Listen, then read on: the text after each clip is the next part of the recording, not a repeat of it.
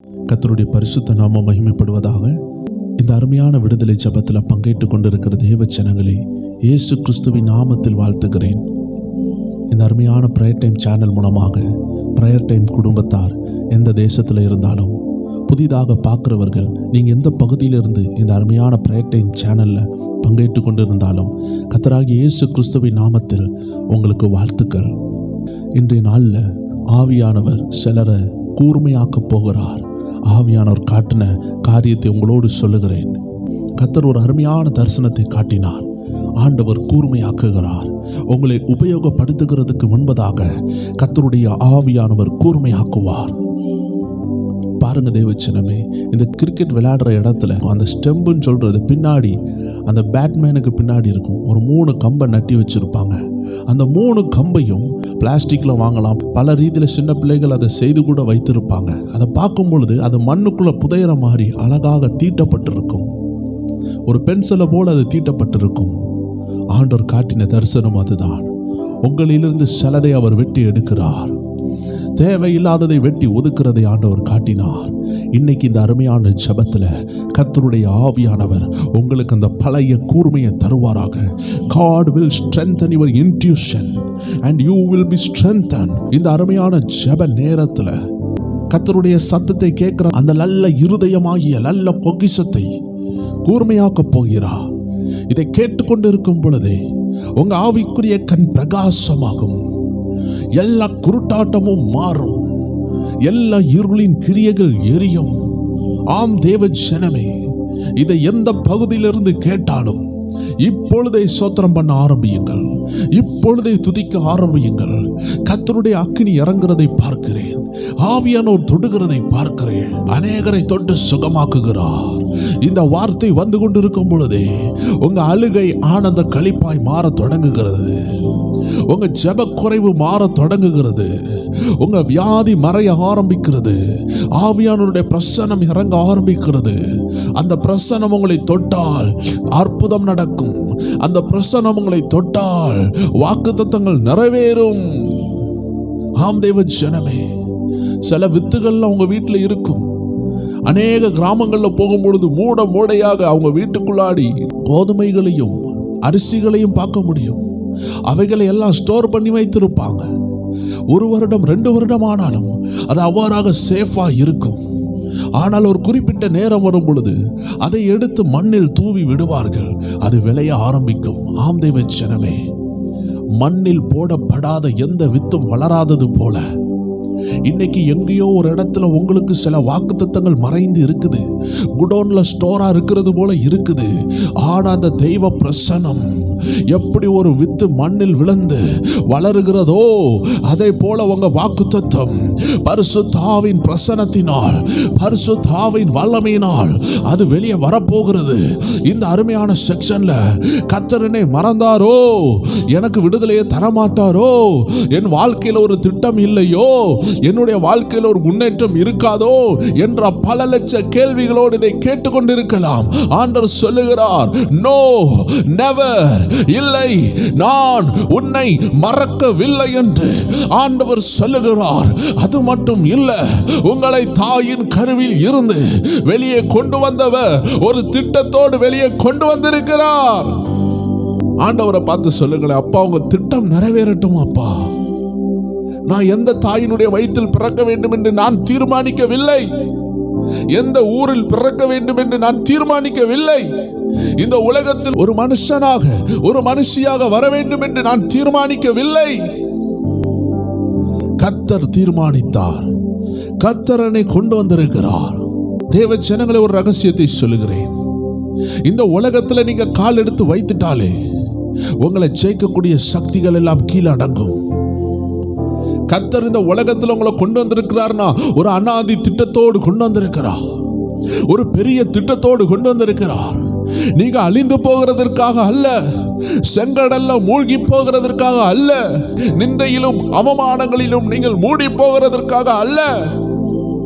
தேவ ஜனமே, தேவ பிரசன்னத்தினால் நிரப்பப்படும்படி, தேவனுக்காக சாதிக்கும்படி ஒருவேளை நீங்க கவலையோடு இருக்கலாம்.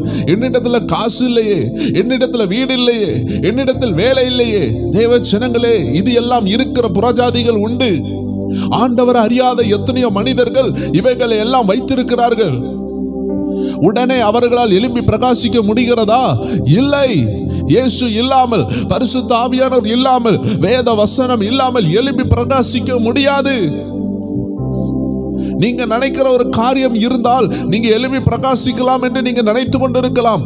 ஆண்டவர் சொல்லுகிறார், அந்த காரியம் உலகத்தாரிடத்தில் அநேகமா இருக்குது, திரளா இருக்கிறது, ஆனாலும் பிரகாசிக்க முடியவில்லை. காரணம் என்ன?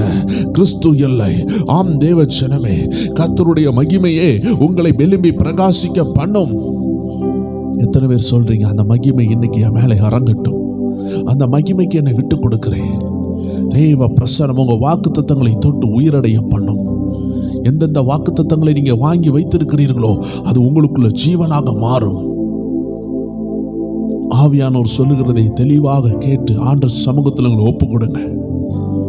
இந்த ஆராதனைக்கு பிற்பாடு அநேகருடைய வாழ்க்கையில் அநேக மாற்றங்கள் உண்டாகும். அநேக சாட்சிகளை நீங்க கேட்டுக்கொண்டு இருக்கிறீங்க. அநேகர் கமெண்ட்ல சாட்சிகளை தெரிவிக்கிறாங்க. ஆம் தேவ ஜனமே, படிப்படியாக மாற்றங்கள் உண்டாகும். சில நேரம் ஆவியானவர் ஒரு 50 பேரை பயங்கரமா தொட்டிருப்பார், ஒரு 100 பேரை தொட்டிருப்பார். அதான் வேதம் சொல்லுகிறது, அழைக்கப்பட்டவர்கள் அநேகர், தெரிந்து கொள்ளப்பட்டவர்கள் சிலர். எல்லாருக்கும் இந்த வீடியோ போவோம், எல்லாரும் ஜெபிப்பாங்க, எல்லாரும் சபைக்கெல்லாம் போவாங்க. ஆனா ஏதோ ஒரு இடத்துல சத்துரு அவங்களை தாக்கி கொண்டே இருப்பான். அந்த இடத்துல அவங்க சமாதானத்தை இழந்து போராட்டத்துக்குள் ஆவார்கள். ஆண்டவருடைய பிள்ளைகள், சமாதானத்தை இழக்காதீங்க, சந்தேகப்படாதீங்க, அவிசுவாசத்துக்கு இடம் கொடுக்காதீங்க.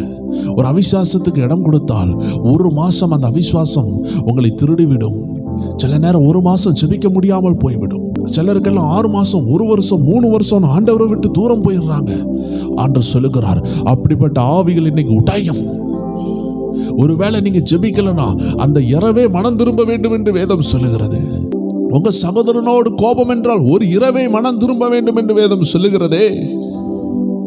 ஏதோ ஒரு பிஸியில ஒரு காரியத்தை நீங்க செய்யல, ஜெபிக்கல, வேதத்தை வாசிக்கல, ஆண்டவர் சொல்லுகிறார், அன்று இரவே மனம் திரும்ப வேண்டும். அந்த இரவு மனம் திரும்பாததுனால தான் 1 மாசம், 5 மாசம், 6 மாசம், 6 வருஷம், 10 வருஷம் என்று அநேகருடைய வாழ்க்கை பின்மாற்றத்துக்குள்ள போயிருக்கிறது, பின்வாங்கி சென்று இருக்கிறாங்க. ஆண்டவர் சொல்லுகிறார், அப்படிப்பட்ட நிலை வரக்கூடாதுன்னா இன்று இரவே, இன்றே மனம் திரும்பி அப்பா கிட்ட வந்துருங்க. அவிசுவாசத்துக்கு இடம் வேண்டாம், சோர்வுக்கு இடம் வேண்டாம்.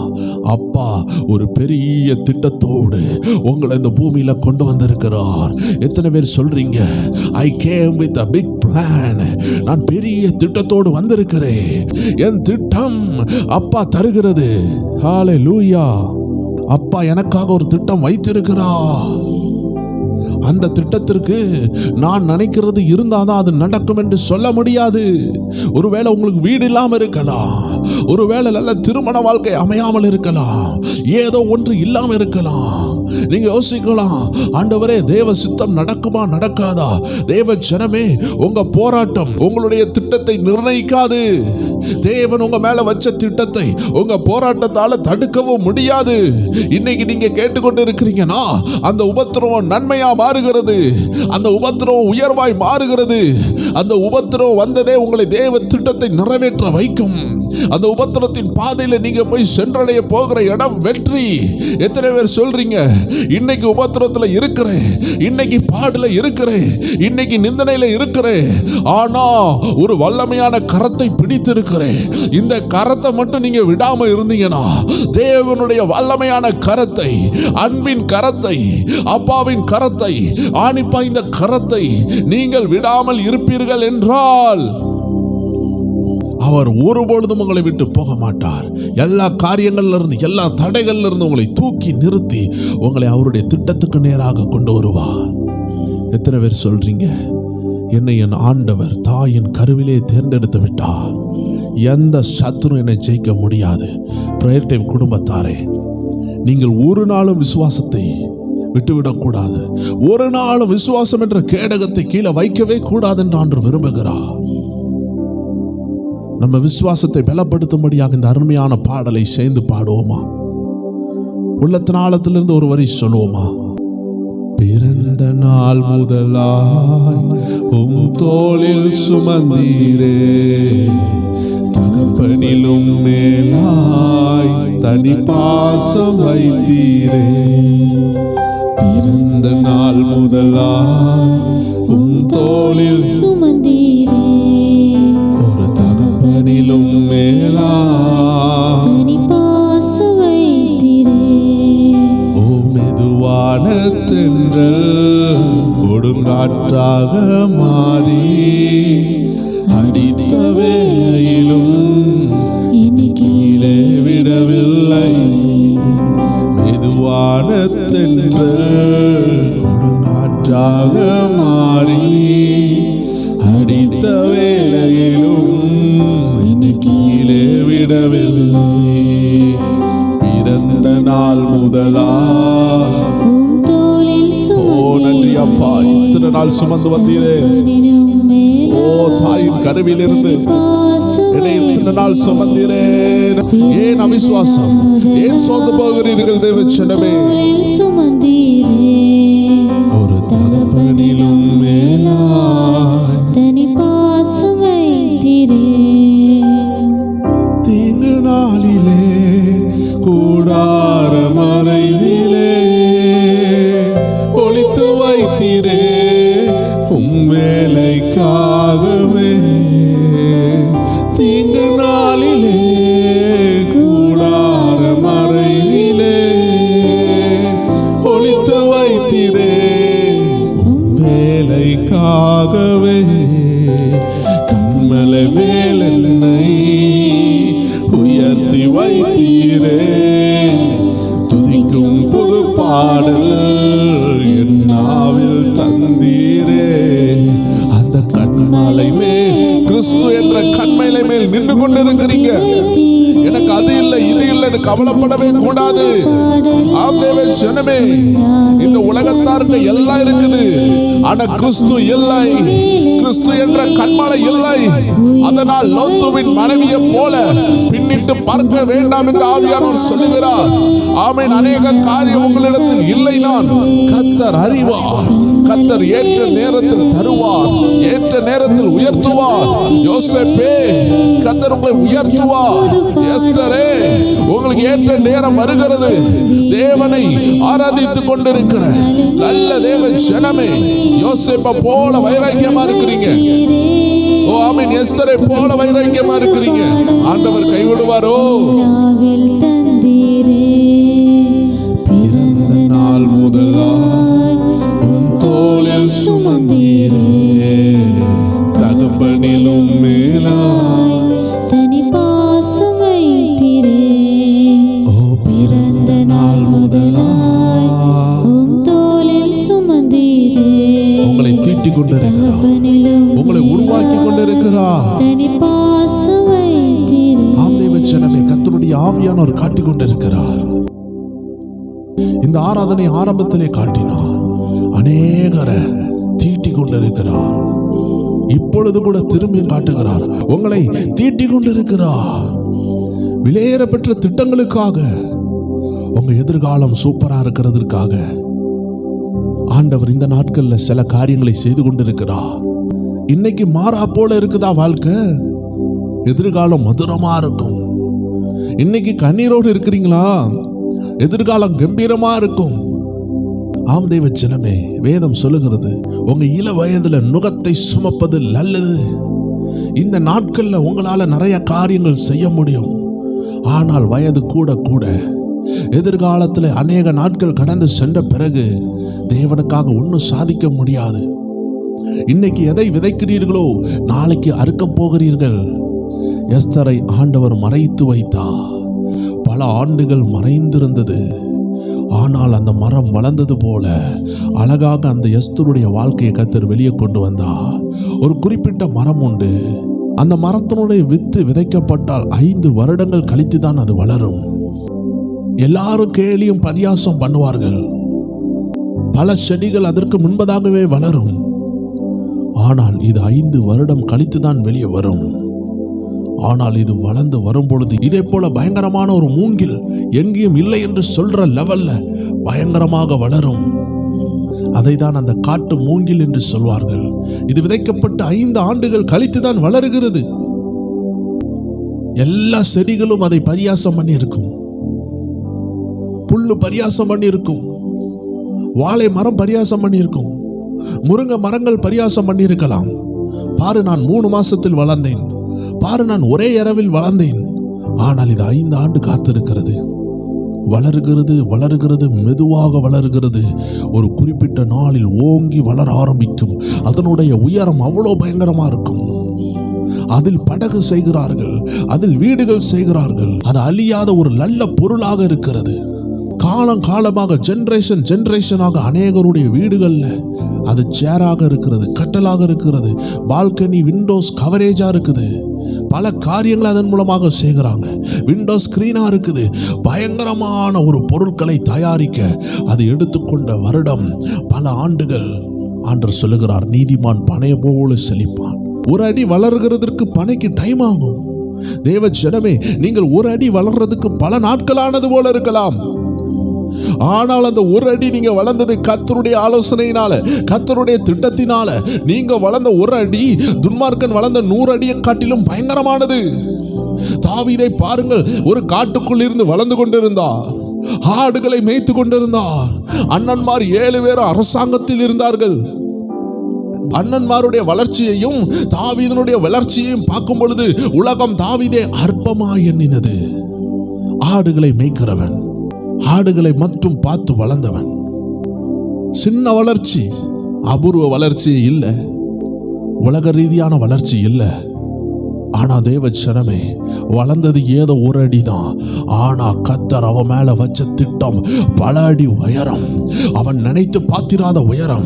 ஆம் தேவ ஜனமே, நீங்கள் பொறுமையா வளருகிறீர்களா? தாமதமா உயர்வு இருக்கிறதா? இந்த உலகத்தாருடைய பலாயிரம் உயரங்களை காட்டிலும் உங்க உயரம் பயங்கரமானது. காரணம் என்னவென்றால், அவர்கள் 1000 அடி வளர்ந்தார்கள். தேவனுடைய ஆலோசனை இல்லாமல் வளர்ந்தார்கள். ஆனால் நீங்களோ தேவனுடைய ஆலோசனையின்படி வளர்ந்து கொண்டிருக்கிறீர்கள். உங்களுடைய வளர்ச்சியை பிசாசால் தடுக்க முடியாது. இதைதான் வேதம் சொல்லுகிறது.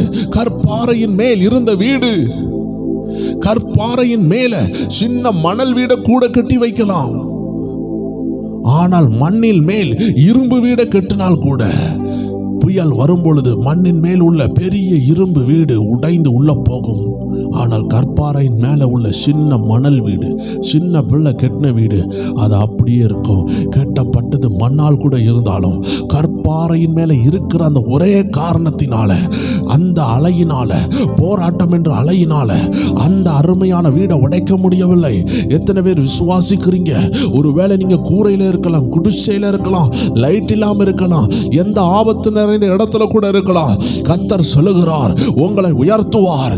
அந்த இடத்திலிருந்து கர்த்தர் உங்களை உயர கொண்டு போவார். உங்க வாழ்க்கை மாறும். ஆனால் உங்களுடைய ஒவ்வொரு நாளும் கர்த்தர் நித்தமும் நடத்துவார். ஓ, துன்மார்க்கனுக்கு அந்த பாக்கியம் இல்லை. துன்மார்க்கனை பணம் நடத்துகிறது, படிப்பு நடத்துகிறது, பாவம் நடத்துகிறது, பிசாசு நடத்துகிறான். ஆனா தேவ பிள்ளையே, உன்னை கர்த்தரை நடத்துகிறார். ஆமென். உன்னிடமே கேட்கிறார், எது உனக்கு வேண்டும்? கர்த்தர் உன்னை நடத்த வேண்டுமா? உலகம் உன்னை நடத்த வேண்டுமா? பரிசுத்த ஆவியானவர் உன்னை நடத்த வேண்டுமா? அசுத்த ஆவிகள் உன்னை நடத்த வேண்டுமா? உலகத்தை போல் வாழ விரும்புகிறாயா? தேவனுடைய பிள்ளையா வாழ விரும்புகிறாயா? தேவனுடைய பிள்ளையா இருக்கும் பொழுது ஒரு அடி வளர்ந்தாலும் தேவனுடைய திட்டத்தோடு வளருகிறாய். ஒரு அடி எடுத்து வைத்தாலும் தேவ திட்டத்தின்படி எடுத்து வைக்கிறாய். உலகத்தான் 100 அடி எடுத்து வைப்பான். தேவ திட்டம் இருக்காது. அவன் வாழ்க்கையில டெய்லி அவனுக்கு பண்டிகை தான். ஒவ்வொரு நாளும் ஒவ்வொரு உயர்வு தான். திடீர்னு பார்த்தா வீட்டுக்கு முன்னாடி கார் நிக்குது, திடீர்னு பார்த்தா 2 வீடை கட்டிடுறான், திடீர்னு பார்த்தா வாடகைக்கு விடுகிறான், திடீர்னு பார்த்தா அவன் மகனுக்கு கல்யாணம், திடீர்னு பார்த்தா அங்க கோலாகலம் தான். எல்லாம் இருக்கும் பொழுது ஆராய்ச்சி பண்ணிப்பார், ஆவியில் பார்த்துப்பார்.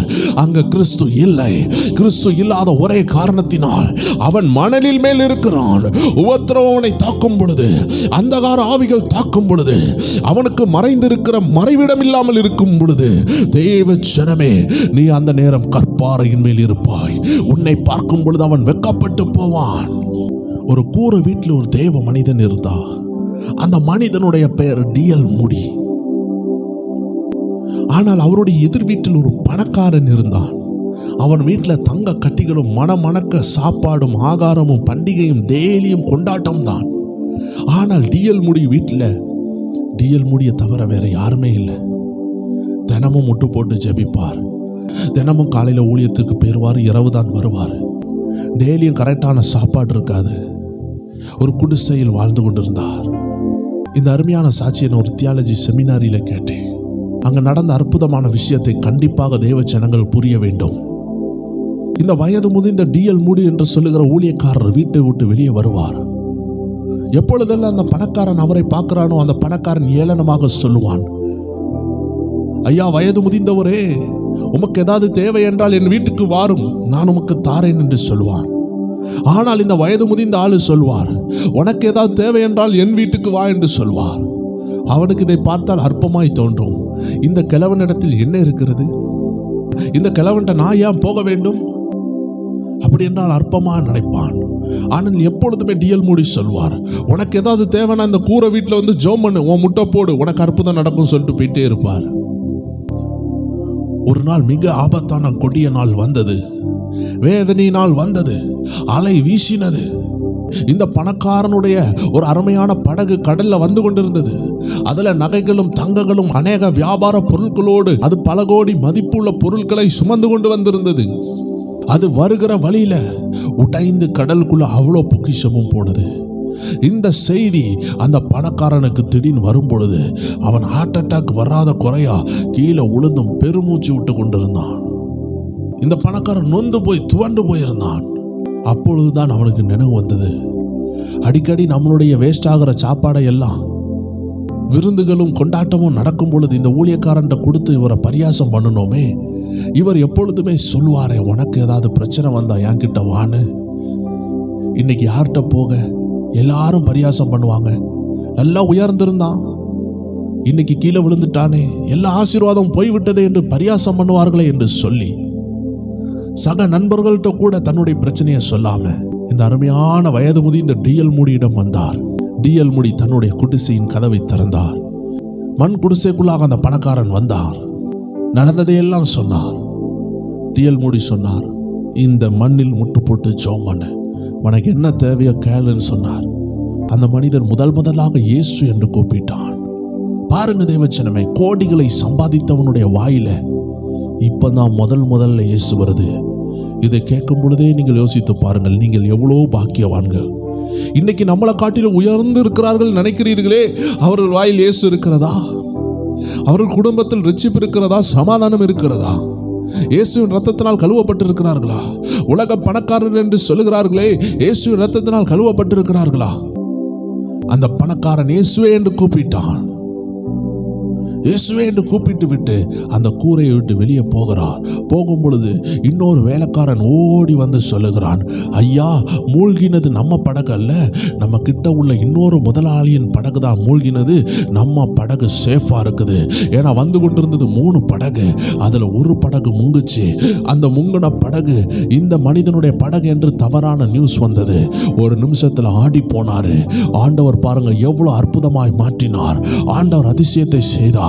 அந்த நாளிலிருந்து அந்த பணக்காரன் அந்த பண திமிரை அடக்கி கொண்டு இயேசுவை ஏற்றுக்கொண்டு ஒரு தாழ்மையுள்ள வாழ்க்கைக்கு தன்னை அர்ப்பணித்தார். ஆம் தேவச்சனமே, அருமையான ஆண்டவர் ஆராதித்திருக்கிறோம். டிஎல் மூடிக்காக பரலோக சேனையை இறங்கும். இந்த உலகத்தானுக்காக யார் வந்தா? பணக்காரன் தனக்கு பிரச்சனை வரும் பொழுது அடுத்த ஆள்கிட்ட சொன்னா பிரிஸ்டேஜ் இஷ்யூ ஆயிருமே, என்ன எல்லாரும் தப்பா நினைப்பாங்களே சொல்லிட்டு வெளியே கூட சொல்ல முடியாத நிலைமை, யாரிடமும் சொல்ல முடியவில்லை. ஆனால் நமக்கு ஒரு அடைக்கலம் இருக்கிறது. தாயின் கருவிலிருந்து நம்மளை தேர்ந்தெடுத்த ஆண்டவர் நம்மளை ஒரு பெரிய திட்டத்தோடு அழைத்திருக்கிறார்.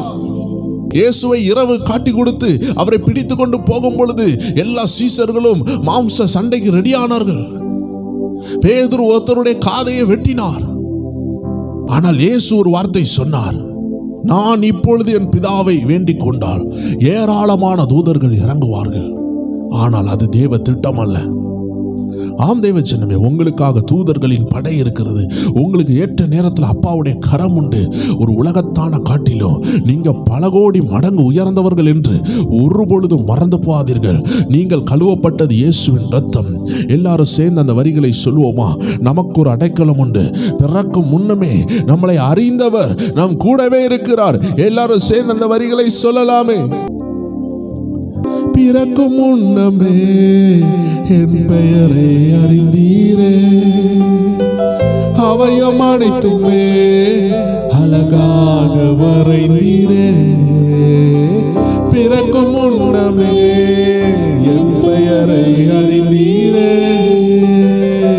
அவயம் அனைத்துமே அழகாக வரைந்தீரே. என்னிடம் உள்ளதையே உம்மிடம் ஒப்படைத்தே, அந்நாள் வரையிலுமே அதை காத்திட வல்லவரே.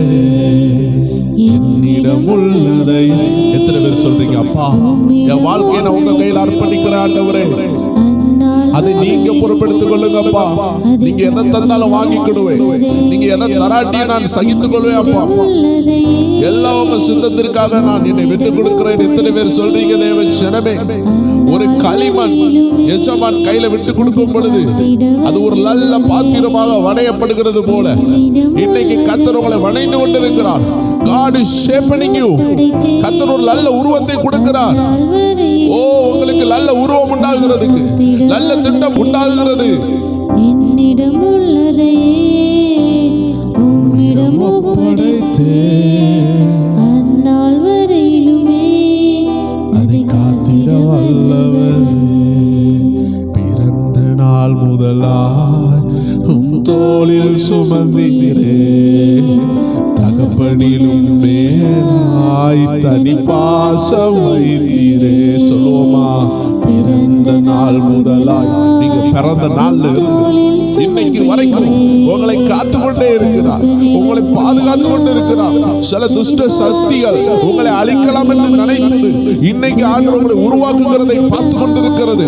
ஆமென். உங்கள் எதிரிகளுக்கு முன்பதாக, உங்கள் சத்துருகளுக்கு முன்பதாக கர்த்தர் உங்களுக்கு ஒரு பந்தியை ஏற்படுத்தி கொண்டிருக்கிறார். எத்தனை பேர் விசுவாசிக்கிறீங்க? என் தேவன் என்னை கைவிட அழைக்கவில்லை, என்னை வெட்கப்பட அழைக்கவில்லை.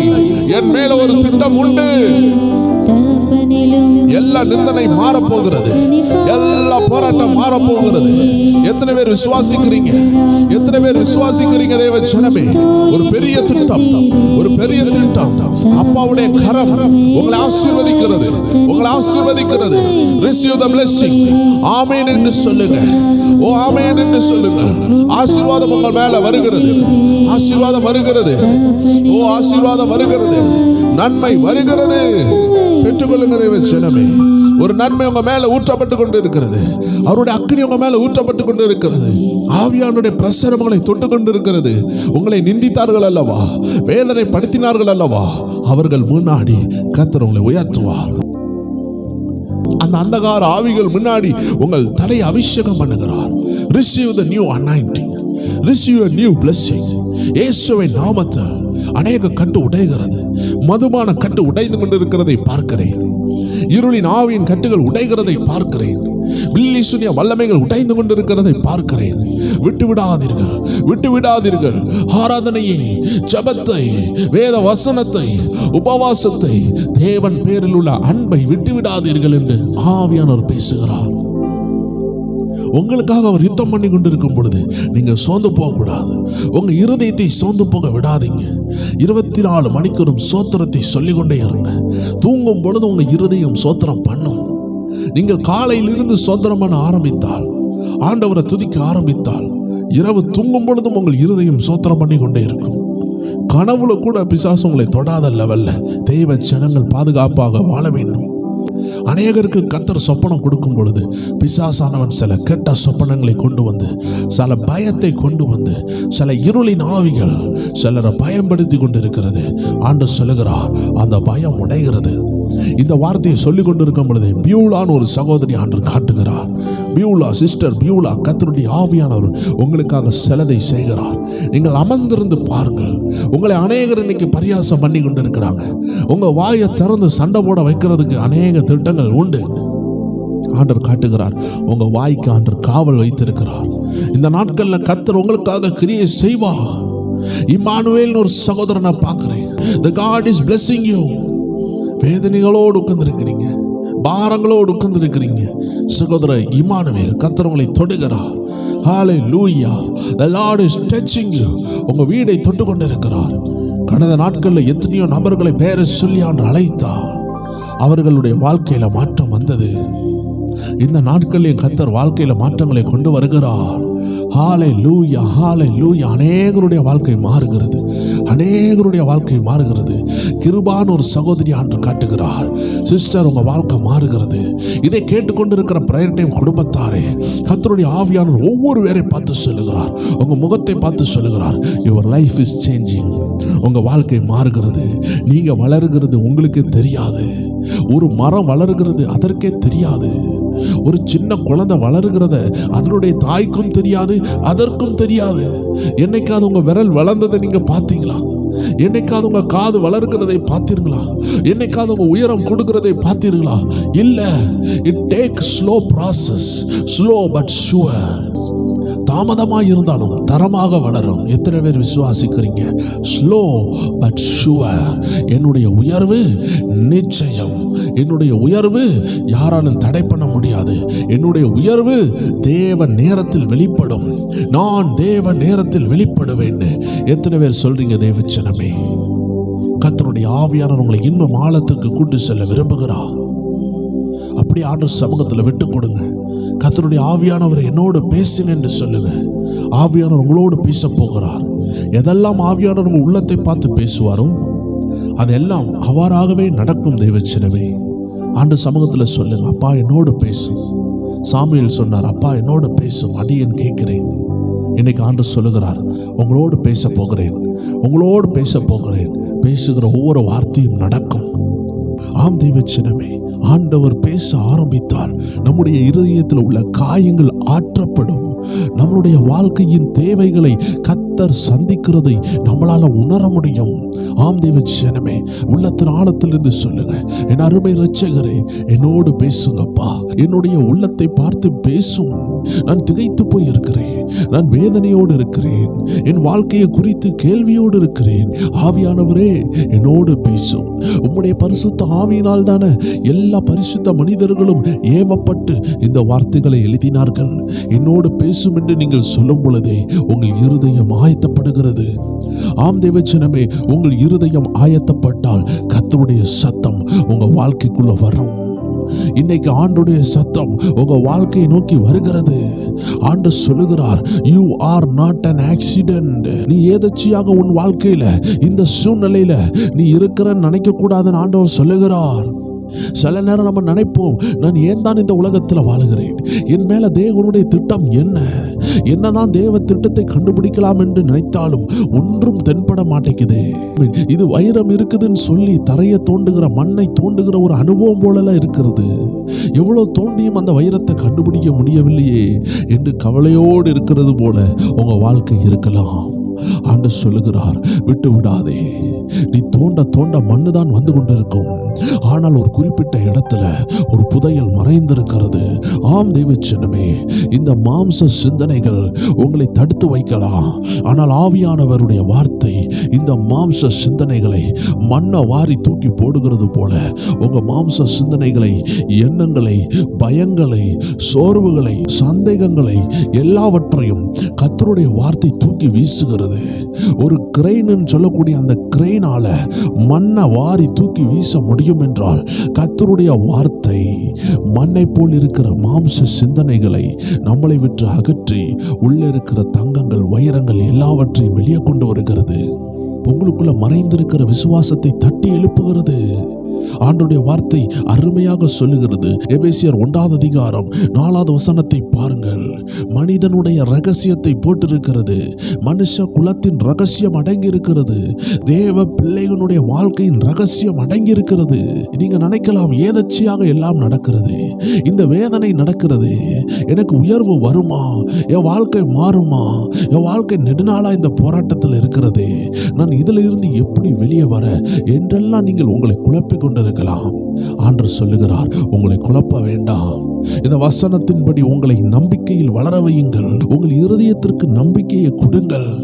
உங்க சிந்தனையில நீங்க பயத்தை ஃபீட் பண்ணி உங்க சிந்தனை பயத்துக்கு அடிமையானால் உங்கள் இருதயம் பயத்தினால் நிரப்பப்படும். ஆனால் உங்கள் சிந்தனையில் வேத வசனம் வந்து அந்த வேத வசனம் உங்களுக்கு உணர்வை கொண்டு வந்து உங்கள் இருதயத்திற்கு வேத வசனத்தை அனுப்பி பாருங்கள். இருண்ட வீட்டில் விளக்கு ஏத்துனது போல இருக்கும். பல நேரங்களில் தேவ ஜனங்கள் செய்கிறது என்ன தெரியுமா? மாம்ச எண்ணங்களுக்கு இடம் கொடுத்து விடுவார்கள். மாம்சத்தின் பயத்திற்கு இடம் கொடுப்பார்கள். தேவ சித்தத்தை கண்டு பயப்படுகிறார்கள். தேவன் என்னை ஆசீர்வதிக்க மாட்டார் என்று நினைக்கிறார்கள். ஆம் தேவ ஜனமே, உங்கள் ஜெப குறிப்பே உங்களை காட்டி கொடுக்கும். நீங்கள் பயத்தில் இருக்கிறீர்களா இல்லையா என்று உங்கள் ஜெப குறிப்பை பார்த்தே நீங்கள் அறிந்து கொள்ளலாம். அநேகருடைய ஜெப குறிப்பை பார்க்கும் பொழுது அவர்கள் பயந்து கொண்டிருக்கிறது தான் ஆவியானவர் காட்டுகிறார். காரணம் என்னவென்றால் அவர்களுக்குள்ள பயம் ஆளுகை செய்கிறது. ஒரு பாஸ்டர் 10 தடவை தீர்க்க தரிசனம் சொன்னாலும் அவர்களால் விசுவாசிக்க முடியவில்லை. காரணம், அவர்கள் வாழ்க்கையில் மாற்றம் நடக்கவில்லை. மாற்றம் எப்பொழுது நடக்கும்? தீர்க்க தரிசனம் வந்தவுடன் மாற்றம் நடக்குமா என்று கேட்டால் கண்டிப்பாக நடக்கும். ஆனால் அந்த தீர்க்க தரிசனத்தை பெற்ற நபர் கர்த்தருக்காக கிரியை செய்யவில்லை என்றால், கர்த்தருடைய வார்த்தையை இருதயத்தில் வைக்கவில்லை என்றால், கேட்டுட்டு மறக்கிறவர்களாய் இருந்தால் கர்த்தருடைய கிரியைகள் தாமதமாகும். கர்த்தர் ஒரு விஷயத்தை பேசியிருக்கிறார் என்றால் அந்த வசனத்தை தியானிக்க ஆரம்பிக்கணும். அந்த தீர்க்க தரிசனங்களை தியானிக்க ஆரம்பிக்கணும். வேத வசனத்தின் அடிப்படையோடு வேத வசனத்தோடு சம்பந்தப்படுத்தி ஆவிக்குரியவைகளோடு சம்பந்தப்படுத்தி பரிசுத்த ஆவி ஞானத்தோடு என்ன நடக்குது என்பதை புரிந்து கொள்ள வேண்டும். எபேசியர் 1:4 நாம் வாசித்து இன்னைக்கு தியானிப்போம். ஆவியானவர் அதன் மூலமாக பேசுவார். பாருங்க, பல தீர்க்க தரிசனங்கள் உங்களுக்கு வந்திருக்கும். வந்தவுடனே ஆசீர்வாதம் வரவில்லையே, மாற்றங்கள் வரவில்லை என்றெல்லாம் நீங்கள் கவலையோடு இருக்கலாம். தேவ ஜனமே, ஒரு தீர்க்க தரிசனம் வருதுன்னா அதை நீங்கள் ஆவிக்குரிய காரியங்களை ஆவிக்குரியவைகளோடு சம்பந்தப்படுத்தி நீங்கள் நிதானிக்க வேண்டியது கட்டாயமாக இருக்கிறது. தீர்க்க தரிசனம் வருகிறது என்றால் அதை பெற்றுக்கொண்டு நீங்க அந்த பாதைக்கு நேராக கர்த்தர் உங்களை நடத்துவார். யோசேப்புக்கு ஒரு சொப்பனம் வருகிறது. அந்த சொப்பனத்தில் கர்த்தர் அவனை உயர்த்தி வைக்கிறதை ஆண்டவர் அந்த சொப்பனத்தில் விளங்க பண்ணுகிறார். சொப்பனத்தை பெற்ற அவன் வெளியே வந்து சொப்பனத்தை சொல்லுகிறான். இன்னைக்கு அநேகர் சொல்லுவாங்க, அவன் சொப்பனத்தை சொல்லாமல் இருந்திருந்தால் அவன் நன்றாக இருந்திருப்பான் என்று சொல்லுவார்கள். எப்படி நன்றாக இருந்திருப்பான்? தாய் தகப்பனோடு இருந்திருப்பான், அண்ணன்மாரோடு இருந்திருப்பான். தரிசனம் அப்படி அவனுக்குள்ள இருந்திருக்கும். ஆனால் தரிசனத்தை அவன் வெளியே சொல்லும் பொழுது யுத்தம் வர ஆரம்பிக்கிறது, போராட்டம் வர ஆரம்பிக்கிறது. கர்த்தர் உங்களுக்கு கொடுத்த காரியத்தை யார்கிட்ட சொல்லணுமோ சொல்லிதான் ஆக வேண்டும். சொல்லவில்லை என்றால் உபத்திரவங்கள் வராது, உயர்வு வராது. உபத்திரவம் வந்தால்தான் உயர்வு உண்டாகும். ஆண்டவர் அதனால்தான் சில உபத்திரவ பாதையில கொண்டு போகிறார். பாருங்கள், இந்த யோசேப்பு தன்னுடைய அண்ணன்மார்ட்ட அப்பா அம்மாட்ட எல்லாத்தையும் சொல்லும் பொழுது அவர்கள் நிந்தித்தார்கள், பரியாசம் பண்ணார்கள். சகோதரர்கள் குழியில் தூக்கி போட்டார்கள், வித்தார்கள். இறந்து விட்டான் என்று அவனுடைய வஸ்திரத்தை ஆட்டினுடைய இரத்தத்தில் முக்கி தன் தகப்பனிடத்தில் போய் சொன்னார்கள், ஏதோ காட்டு விலங்கு உம்முடைய பிள்ளையை அடித்து விட்டது, செத்து போய்விட்டான் என்று. ஆம் தேவ ஜனமே, நிந்தனைகள் வரும். அந்த நிந்தனையின் பாதை யோசேப்பை எங்க கொண்டு போகிறது என்று பாருங்கள். ஆவியானவர் உங்களை கொண்டு போகிற பாதை உபத்திரவமாய் இருந்தாலும் அது உயர்வின் பாதை. எத்தனை பேர் ஒரு அல்லேலியா சொல்லுவீங்க? எத்தனை பேர் ஒரு ஆமென் சொல்லுவீங்க? எத்தனை பேர் ஆவியானவரே உங்க சித்தம் நடக்கட்டும் என்று சொல்வீர்கள்? எத்தனை பேர் சொல்வீங்க, ஆண்டவரே அது சிறைச்சாலையா இருந்தாலும், அது கோபுரமா இருந்தாலும், அது சிங்காரமா இருந்தாலும், சிங்காசனமா இருந்தாலும் உம்முடைய கரத்தை பிடித்து நான் உங்க கூட வர ஆயத்தமா இருக்கிறேன்ப்பா. ஏனென்றால் நீர் என்னை கொண்டு போகிறது உயர்வின் பாதை, உயர்வின் பாதை, உயர்வின் பாதை. ஆம் தேவ ஜனமே, வேதத்தில் 2 பாதை போட்டிருக்கிறது. ஒன்று குறுகலான பாதை, ஒன்று விசாலமான பாதை. இந்த குறுகலான பாதை எங்க கொண்டு போகுதுன்னு பார்த்தீங்கன்னா விசாலமான பரலோகத்துக்கு கொண்டு போகிறது. இந்த பறந்து விரிந்த பாதை எங்க கொண்டு போகுதுன்னா அது நரகத்துக்கு கொண்டு போகிறது. இன்று சந்தோஷமா இருக்கிறவங்க, இன்று சிற்றின்பத்தில் இருக்கிறவங்க, இன்று இந்த உலகத்தை அனுபவித்துக் கொண்டிருக்கிறவங்க, இயேசு இல்லாதவர்களாய் வாழுகிறவர்கள், இரட்சகர் இல்லாதவர்களாய் வாழுகிறவர்கள், பெரிய பறந்து விரிந்த பாதையில் போய் கொண்டிருக்கிறவர்கள் எங்கு செல்லுகிறார்கள்? வேதத்தின் அடிப்படையில் அவர்கள் கேட்டின் பாதையில் இருக்கிறார்கள். ஆனால் இன்று வேதனையோடு இருக்கிறவர்கள், குட்டி பாதையில் போகிறவர்கள், நெருக்கமான சிறிய பாதையில் போகிறவர்கள் விசாலமான பரலோகத்துக்கு செல்கிறார்கள். பரலோக பாதை உயர்வின் பாதை. ஒருவேளை இந்த உலகத்தில் சில உயர்வுகள் நஷ்டப்படலாம். வேதத்துல உயர்வே இல்லாமல் வாழ்ந்த ஒரு மனிதனை குறித்து இயேசு கிறிஸ்து தன்னுடைய உவமையில் சொன்னார். ஆனால் அந்த மனிதனை போல உயர்த்தப்பட்டது இந்த உலகத்திலையும் இந்த வேதாகமத்தில் கூட அப்படிப்பட்ட ஒரு நபரை வேதம் பதிவிடவில்லை. அந்த நபர் யாருன்னு பார்த்தீங்கன்னா லாசரு. லாசருவுக்கு இந்த உலகத்தில் உயர்வே இல்லை. வேதனை வேதனை வேதனை. வீடு இல்லை, குடும்பம் இல்லை, ஒன்றும் இருந்த மாதிரி வேதத்தில் சொல்லப்படவில்லை. நீங்கள் அவரை பத்தி இன்னும் படித்தால் வேதம் சொல்லுகிறது அவருக்கு நல்ல ஆகாரம் கூட இல்லை, நல்ல உணவு கூட இல்லை, சொல்ல போனால் ஆரோக்கியம் இல்லை. ஒரு பணக்காரனுடைய ஆகாரத்தை சாப்பிடணும், அதாவது ஆகாரத்தை கூட இல்லை. அந்த ஆகாரத்திலிருந்து கீழே விழும் பார்த்தீங்களா, அந்த பருக்கைகள், அந்த நாய்கள் சாப்பிடக்கூடிய அந்த எச்சிகளை சாப்பிட வேண்டும் என்று இவன் தாகமாக இருந்தான். அந்த சாப்பாடு பீடத்திலிருந்து உழக்கூடிய சின்ன துணிகைகளை எடுத்து சாப்பிட வேண்டும் என்று இருந்தான். இப்படிப்பட்ட ஏழ்மையான நிலையில் இருந்தாலும் அவன் கர்த்தர் மேல அன்பை குறைய விடவில்லை. வேதம் சொல்லுகிறது இவன் மரித்தான், பணக்காரனும் மரித்தான். பணக்காரன் பாதாளத்துக்கு செல்லுகிறான். இந்த வேதனையை அனுபவித்த, இந்த வியாதியை அனுபவித்த இந்த மனிதனை கர்த்தர் பரதேசிக்கு கொண்டு போகிறார். அந்த பரலோகத்துக்கு ஆயத்தமாகுகிறான். வேதம் சொல்லுகிறது அவன் ஆபிரகாமின் மடியில் போய் அமர்ந்தான். விசுவாசத்தின் தகப்பனாகிய ஆபிரகாமின் பிள்ளை என்று பெயர் எடுத்து மடியில் தவளத்தக்கதான பாக்கியத்தை வேதத்தில் யாருக்கும் ஆண்டு கொடுக்கவில்லை. யோபுவை பாருங்கள், உலகத்தில் உபத்திரவம் பெற்றார், உலகத்தில் ஆசீர்வாதம் பெற்றார். ஆனால் இந்த லாசரு மட்டும்தான் வேதத்தில் ஆசீர்வாதத்தை பெறவே இல்லை. கடைசி வரைக்கும் நிந்தனை, கடைசி வரைக்கும் வேதனை, கடைசி வரைக்கும் அப்பா மேல ஒரு நம்பிக்கை, கடைசி வரைக்கும் தேவன் ஏன் எனக்கு இந்த அவமானத்தை தந்தார், ஏன் எனக்கு இந்த நிந்தனையை தந்தார் என்று ஒரு கேள்வி கூட இல்லை. ஏன் எனக்கு சாப்பாடு இல்லை என்று அவன் ஆண்டவரை கேள்வி கேட்கவில்லை. ஏன் எனக்கு வியாதி இருக்குது என்று ஆண்டவரை கேள்வி கேட்கவில்லை. ஆம் தேவ ஜனமே, எல்லாரும் லாசரு மாதிரி தான் இருப்பாங்க, தேவ ஜனங்கள் லாசரு போலதான் என்று ஆண்டவர் அதை சொல்லவில்லை. ஆண்டவர் சொல்லுகிறார், ஒருவேளை அப்படிப்பட்ட ஒரு சூழ்நிலை வந்தாலும் லாசருவை போல மறுதலிக்காமல் இருங்க என்று ஆண்டவர் எடுத்துக்காட்டு சொல்லுகிறார். எல்லா நேரமும் உங்களை வேதனைப்படுத்துவார், கஷ்டப்படுத்துவார் என்பதே கிடையாது. அவர் நல்ல ஒரு முன்மாதிரியாக நமக்கு இருக்கிறார். லாசரு ஆபிரகாமுடைய மடியில் போய் அமர்ந்தார். இந்த பாக்கியம் வேதத்தில் உள்ள யாருக்கும் கிடைத்தது போலவே இல்லை, யாருக்கும் இது பதிவிடவே இல்லை. காரணம், உலகத்தில் ஒருவேளை நமக்கு பிரதிபலன் கிடைக்கவில்லை என்றால் பரலோகத்தில் ஆண்டவர் மொத்தமா தருவார் தேவச்சனமே. அதனால் தான் ஒரு கிறிஸ்தவன், ஒரு தேவ பிள்ளை ஆவியினால் நிரப்பப்பட்டு ஆவியினால் நடத்தப்பட்டு நிந்தனையும் பாடுகளையும் அனுபவிக்கிறவனுக்கு ஆண்டவர் சொல்லுகிறார், நீ நித்திய நித்திய காலமாக நீ எருசலேமின் வாழ்வை காண்பாய். நீ பரலோக எருசலேம் இறங்கி வருகிறதையும் அந்த தேவ நகரத்திலையும் நீ உயர்ந்தவனாயிருப்பாய். இன்னைக்கு பணக்காரர்கள் பெரிய ஆட்கள் சொல்லி இருக்கிறார்களே, இவர்கள் யாராவது 100 வருஷத்துக்கு மேலாக இல்ல 150 வருஷத்துக்கு மேலாக வாழ முடியுமா? இந்த 100ல இருந்து 150 வயசு ஒருத்தராலையும் இந்த நாட்கள்ல வாழ முடியவில்லை. இன்னைக்கு 150 வயசுன்னு சொல்லுகிறத பார்க்கவே முடியவில்லை.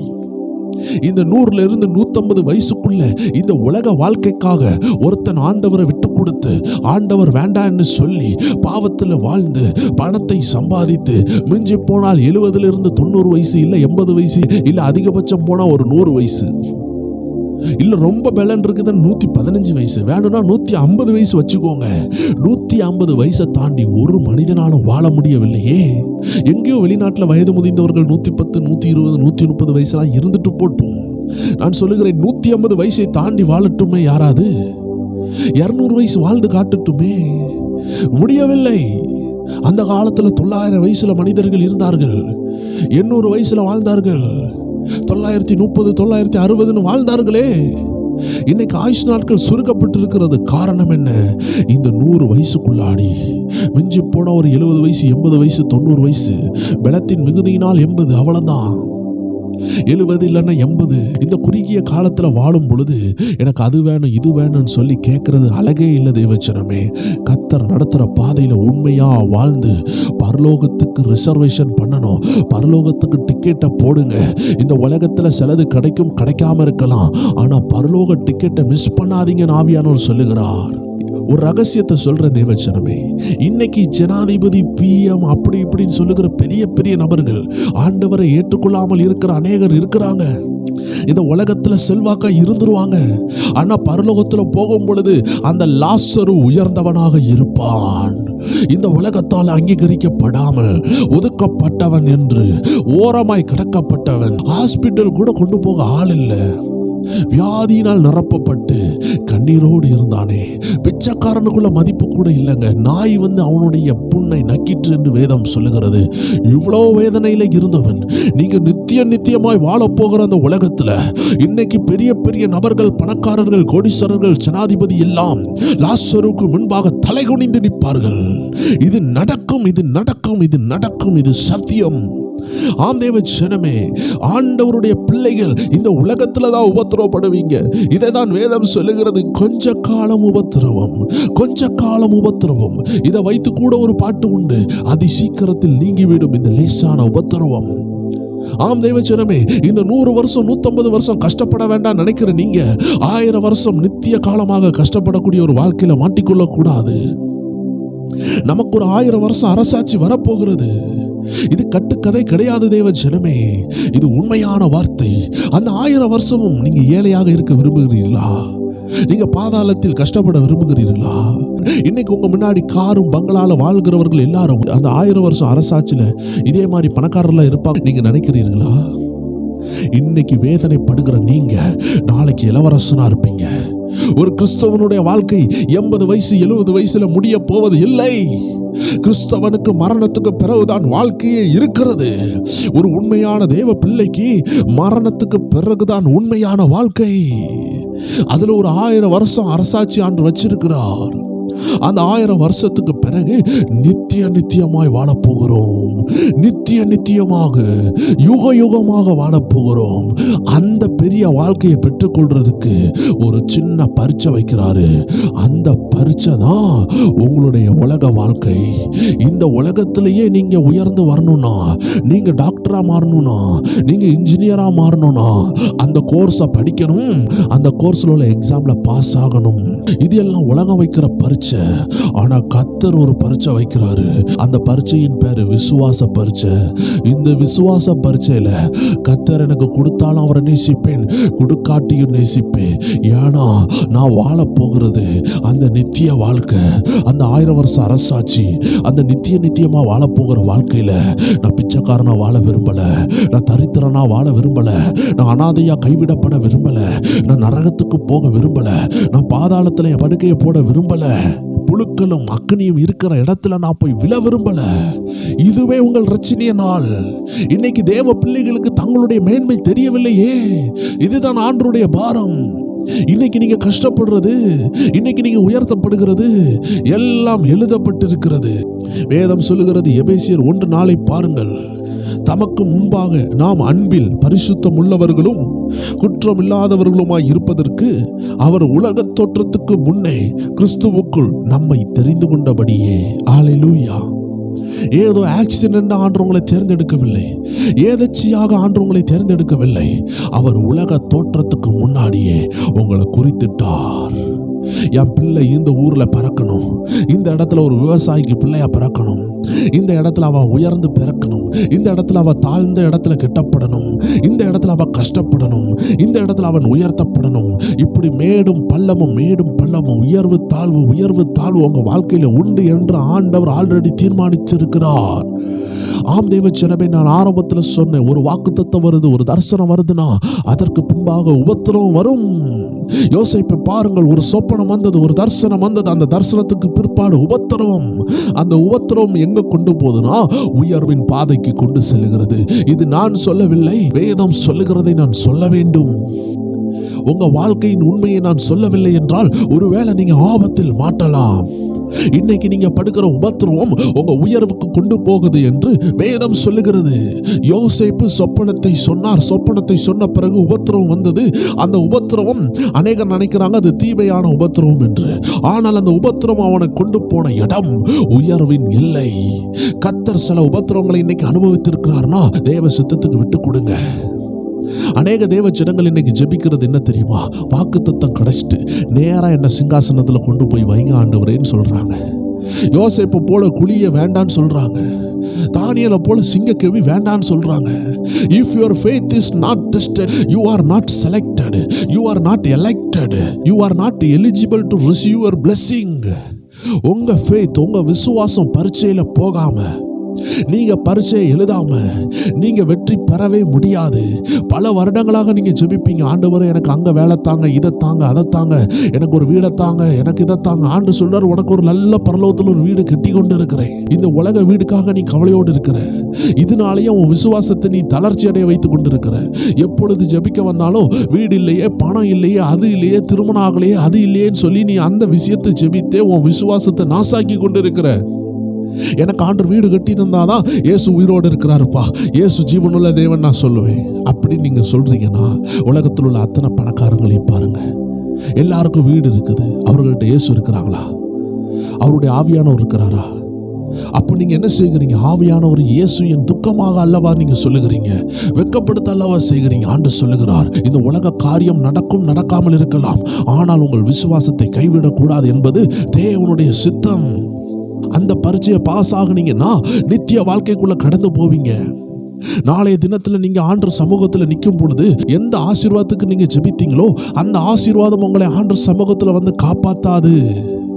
வீடு வேணும், திருமணம் ஆகணும், பிள்ளை வேணும்னு சொன்ன யாரும் உங்க முன்னாடி வந்து நின்று ஆண்டவரே இவளுக்கு பரலோகத்தை கொடுங்க, இவனுக்கு பரலோகத்தை கொடுங்க என்று யாரும் உங்களுக்காக பேச மாட்டாங்க.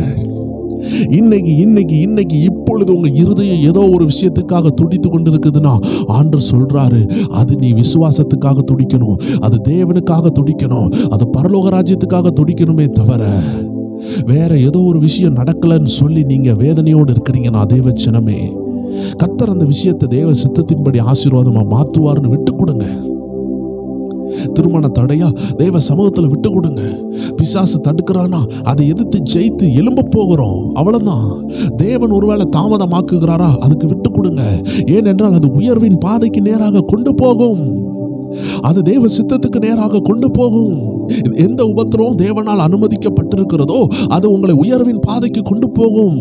ஆண்டவர் அழகா சொல்லிட்டாரு எபேசியர் 1:4, அவருக்கு முன்பாக அன்புல பரிசுத்தம் உள்ளவர்களா நம்ம இருக்கும் படிக்கும், குற்றமற்றவர்களா இருக்கும் படிக்கும் உலக தோற்றத்துக்கு பின்னாடியே கிறிஸ்துவுக்குள் நம்மை தெரிந்து கொண்டார். நீங்க அன்பான ஒரு வாழ்க்கையை வாழ, குற்றமற்றவர்களா நீங்க இருக்கிறதுக்கு ஆண்டு சொல்லித்தர்ற ஆலோசனை என்ன தெரியுமா? ஏதோ நேத்திக்கு முளைச்ச காளான் மாதிரி நான் உன்னை முளைக்க பண்ணல, உன்னை பல ஆண்டுகளுக்கு முன்பதாகவே, உலகம் தோன்றுகிறதுக்கு முன்பதாகவே என் பிள்ளை இந்த ஊர்ல பிறக்கணும், என் ஆபிரகாம் இந்த ஊர்ல பிறக்கணும், பவுல் இந்த ஊர்ல பிறக்கணும். இதை கேட்டுக்கொண்டிருக்கிறவர்கள் நீங்க இந்த ஊர்ல பிறக்கணும், இந்த வீட்டில் பிறக்கணும், இந்த உபத்திரத்திலிருந்து எழும்பணும், இந்த உபத்திரத்தின் மத்தியில் அவங்க உண்மையா வாழணும், இந்த அக்னி ஜாலியை அவங்க கடக்கணும், இந்த செங்கடலை கடக்கணும், இந்த மோசமான கணவரோடு வாழ்ந்து ஜெயிக்கணும், இந்த மோசமான கணவர் இருக்கிறாருன்னு சொல்லி அவங்க வேதனையில மூழ்கி வேற எங்கேயோ போகாம பிள்ளைகளை வளர்த்து எடுக்கணும் என்று பல திட்டங்களோடு கர்த்தர் உங்களை படைத்திருக்கிறார். கர்த்தர் கைவிடவே மாட்டார். இந்த உலகத்துல வேணா உபத்திரம் இருக்கலாம் தெய்வ ஜனமே, கர்த்தருடைய ராஜ்யத்துல நீங்க ஆசீர்வாதமா இருப்பீங்க. ஏதோ ஒரு காரியம் உங்க சிந்தனை இன்னைக்கு வேதனைப்படுத்துது பாத்தீங்களா, அது உங்க நித்திய ராஜ்யத்தை தடை பண்ண விடாதீங்க. நாளைக்கு இயேசுநாதர் முன்னாடி போய் நிற்கும் பொழுது இன்னைக்கு நீங்க ஆசையா கேட்டிருப்பீங்க, ஆண்டவரே என் மகனுக்கு ஒரு வேலை வாங்கித்தாங்க. அவன் வேலை வாங்கிட்டு போயிருப்பான், அவன் வந்து உங்களை பரலோகத்துக்கு கொண்டு போக முடியாது. நீங்க விசுவாசத்தை கைவிடலையா என்று ஆண்டவர் பார்ப்பார். ஆண்டவரே எனக்கு ஒரு வீடு தாங்க, வீடு தாங்கன்னு ஜெபிப்பீங்க, ஆயுசு நாள் ஃபுல்லா வீடுக்காகவே ஜெபித்திருப்பீங்க. நாளைக்கு ஆண்டவருடைய சந்நிதியில நிற்கும் பொழுது அந்த வீடு காப்பாற்ற வராது. ஆண்டவரே எனக்கு ஒரு பிள்ளை தாங்க, பிள்ளை தாங்கன்னு ஜெபித்திருப்பீங்க. நாளைக்கு ஆண்டவர் சமூகத்தில் ஆண்டவர் நியாயத்தீர்ப்புல உங்களை நிப்பாட்டும் பொழுது அந்த பிள்ளை வந்து என் அம்மாவை பரலோகத்துக்கு கொண்டு போங்கன்னு சொன்னாலும் ஆண்டவர் கேட்க போறது கிடையாது. அதனால நீங்க ஜெபிக்கிற விஷயம் உங்க எதிர்காலத்தை காப்பாத்துமா என்று நீங்கள் யோசித்துக் கொள்ள வேண்டும். இன்னைக்கு கணவர் மனைவி ரொம்ப அன்பா இருப்பீங்க, நாளைக்கு உங்க கணவர் உங்களை பரலோகத்துக்கு கொண்டு போக முடியாது என்பதை நீங்கள் தெரிந்து கொள்ள வேண்டும். இந்த உலகத்தோடு இந்த உலக வாழ்க்கை முடிகிறது. பரலோக ராஜ்யம் செல்ல வேண்டும் என்றால் கணவரை காட்டிலும் நேசிக்கப்பட வேண்டிய ஒருவர் உண்டு. அவர்தான் நமது அருமை இரட்சகர். மனைவியை காட்டிலும் நாம் நேசிக்கப்பட வேண்டிய ஒரு நபர் உண்டு. அவர்தான் நமது அருமை இரட்சகர். அவர்தான் நமக்காக சிலுவையில் ரத்தம் சிந்தினார். இன்று உங்கள் உள்ளம் எதை தேடுகிறது?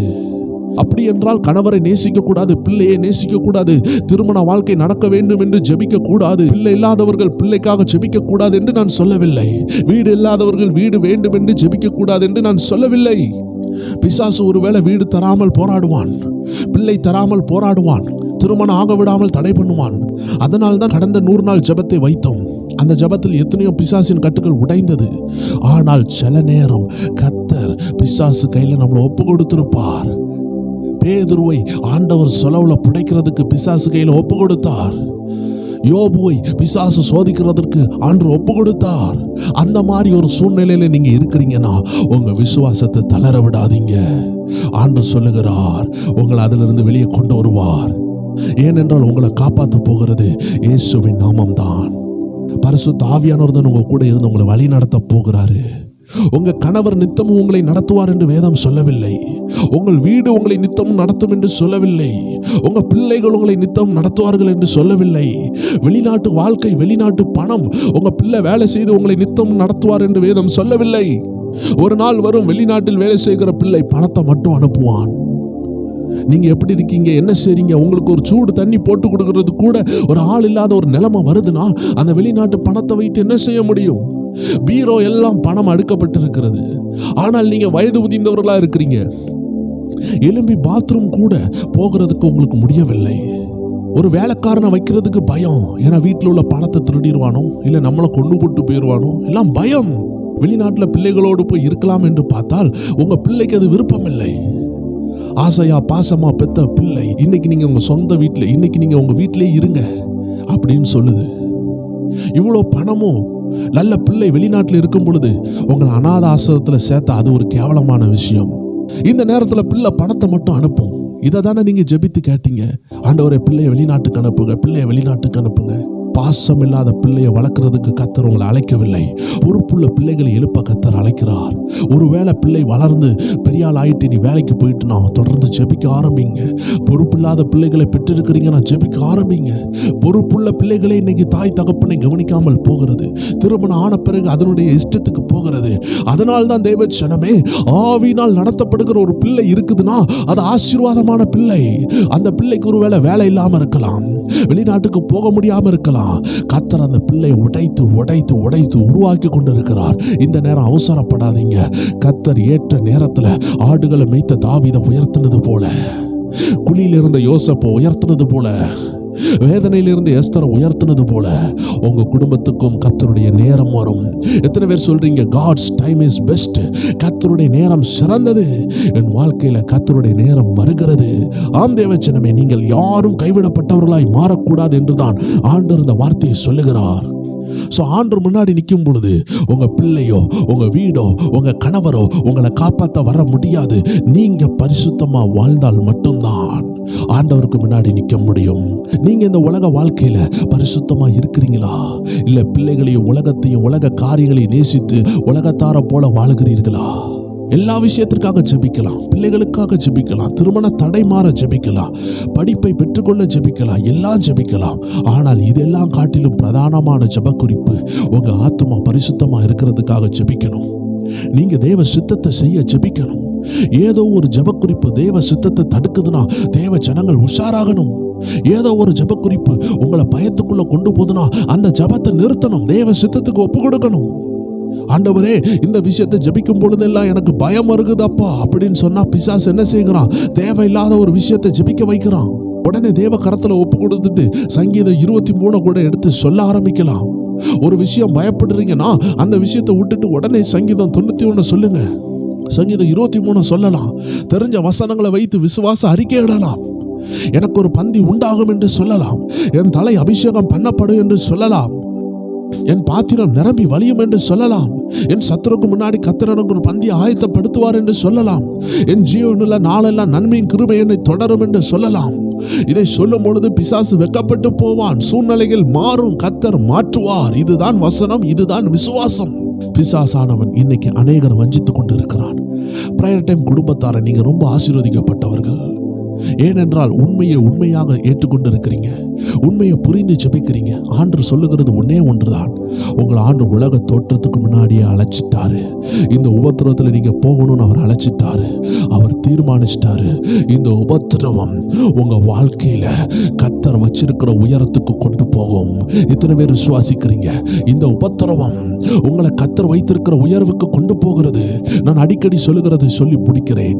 700 கோடி மக்களுக்கு மேல இந்த உலகத்துல வாழும் பொழுது எல்லாருடைய கைரேகையும் வித்தியாசமா இருக்கும் என்றால், எல்லாருடைய ஃபிங்கர் பிரிண்ட்ஸ் வித்தியாசமா இருக்கிறது போல இன்னைக்கு கர்த்தர் சொல்லுகிறார், இயேசுவின் இரத்தத்தினால் கழுவப்பட்ட தேவ பிள்ளையே, உன் அழைப்பு வித்தியாசமானது. அதனால அவர்களுக்கு இருக்கிறது போல உங்க வாழ்க்கை இருக்கணும் என்று யாரையும் பார்த்து நீங்கள் ஜட்ஜ் பண்ணாதீங்க. சபைக்கு வருகிற அவர்கள் உயர்ந்திருக்கிறார்கள், சபைக்கு வருகிற இவர்கள் இப்படி இருக்கிறார்கள், இவர்களை போல இருக்கணும் என்று நினைக்காதீர்கள். ஏனென்றால் ஒவ்வொரு நட்சத்திரங்களுடைய மகிமை வித்தியாசமா இருக்கிறது போல உங்களுடைய அழைப்பு வித்தியாசமா இருக்கும். யாரையும் பார்த்து உங்களை கணக்கிடாதீர்கள். உங்களுக்கு ஒருவேளை சில விஷயங்கள் இல்லாம இருக்கலாம், ஒருவேளை உங்களுக்கு திருமணம் லேட்டா நடக்கலாம், ஒருவேளை குழந்தை இல்லாம இருக்கலாம். அதனால ஆண்டவர் உங்களை தரைக்குறைவா நினைக்கிறார் என்று நினைக்காதீங்க. உங்க அழைப்பு வித்தியாசமா இருக்குது. வேதத்தில் அன்னாளுக்கு குழந்தை இல்லாமல் இருந்தது, ஆனால் அற்புத சந்ததியாக ஆண்டவர் கொண்டு வந்தாரு. அதனால ஏதோ ஒரு தாமதம் சொல்லிட்டு உங்களை அற்பமா நினைக்காதீங்க. ஒரு சகோதரிக்குள்ள 7 பிசாசு இருந்துச்சு, ஆனால் அந்த சகோதரி தான் ஆண்டவருக்கு பிரியமான பிள்ளையா இருப்பான் என்று அவன் நினைத்து கூட பார்க்கல. ஒருவேளை நீங்க உபத்திரவத்தில் இருக்கிறீங்கன்னா நீங்க உயர்வின் பாத்திரம், அதை மறந்து விடாதீர்கள் என்றுதான் ஆவியானவர் உங்களோடு பேசிக் கொண்டிருக்கிறார். இந்த அருமையான செய்தி மூலமாக, வார்த்தை மூலமாக சொல்ல போனால் இது ஒரு தீர்க்க தரிசனமான செய்தி. உங்க விசுவாசத்தை விடக்கூடாது என்று ஆண்டவர் சொல்லுகிறார். எந்த சூழ்நிலையும் அப்பாவுடைய அன்பை விட்டு பிரிக்க கூடாது. அதனால் தான் நீங்கள் புரிந்து கொள்ள வேண்டும், nothing is accidentally happen, everything is pre-planned and predestined. எல்லாமே கர்த்தரால் முன்குறிக்கப்பட்டு நடந்து கொண்டிருக்கிறது. இந்த உபத்திரவம் கர்த்தர் முன்குறிச்சிருக்கிறார், அது நன்மையா மாற்றுவார். எதை குறித்து தேவ பிள்ளை கவலைப்பட வேண்டிய அவசியமே இல்லை. வாக்குத்தத்தத்தை பிடிச்சிட்டு தைரியமா உட்கார்ந்து இருக்கிறது தான் உங்க வேலை. கர்த்தர் சொன்னா அது செய்வார். ஜெபிக்க வேண்டிய இடத்துல பயங்கரமா ஜெபிக்கிறதும், தியானிக்க வேண்டிய இடத்துல தவறாமல் தியானிக்கிறதும், உபாசிக்க வேண்டிய இடத்துல உபாசிக்கிறதும், தவறாமல் இதெல்லாம் செய்தால் கர்த்தருடைய நாம மகிமைப்படும். உங்களை ஆண்டவர் உயர்த்தி கொண்டே இருப்பார். இந்த வார்த்தையின் மூலமாக கர்த்தர் உங்களோடு பேசியிருக்கிறார், நான் விசுவாசிக்கிறேன். தொடர்ந்து ஆண்டவருடைய நாம மகிமைப்படட்டும். ஒவ்வொரு திங்கட்கிழமையும், புதன்கிழமையும், வெள்ளிக்கிழமையும் தீர்க்க தரிசன ஜெபம், தீர்க்க தரிசன செய்தி ஆண்டு வைத்திருக்கிறார். ஆவியானவர் நடத்துகிற பிரகாரமாக நடத்தப்படும். தேவ ஜனங்கள் கலந்து கொள்ளுங்க, கர்த்தருடைய நாமத்தை மகிமைப்படுத்துங்க. நாளைய தினத்தில் நம்ம ஸ்பிரிச்சுவல் வார்ஃபேர் சேனலில் ஒரு அருமையான ஆவிக்குரிய வாழ்க்கைக்கு பிரயோஜனமான ஒரு நல்ல பதிவு நாங்கள் வெளியிட உள்ளோம். ஸ்பிரிச்சுவல் வார்ஃபேர் சேனலை பார்க்கும்படியாக அன்போடு கேட்டுக்கொள்கிறேன். தொடர்ந்து அடுத்த புதன்கிழமையும் அடுத்த வெள்ளிக்கிழமையும் தீர்க்க தரிசன ஆராதனை ஜெபம் உண்டு. பங்கேற்றுக் கொள்ளுங்க. கர்த்தர் உங்களை ஆசீர்வதிப்பார். கர்த்தருடைய நாமம் மகிமைப்படட்டும். God bless you all.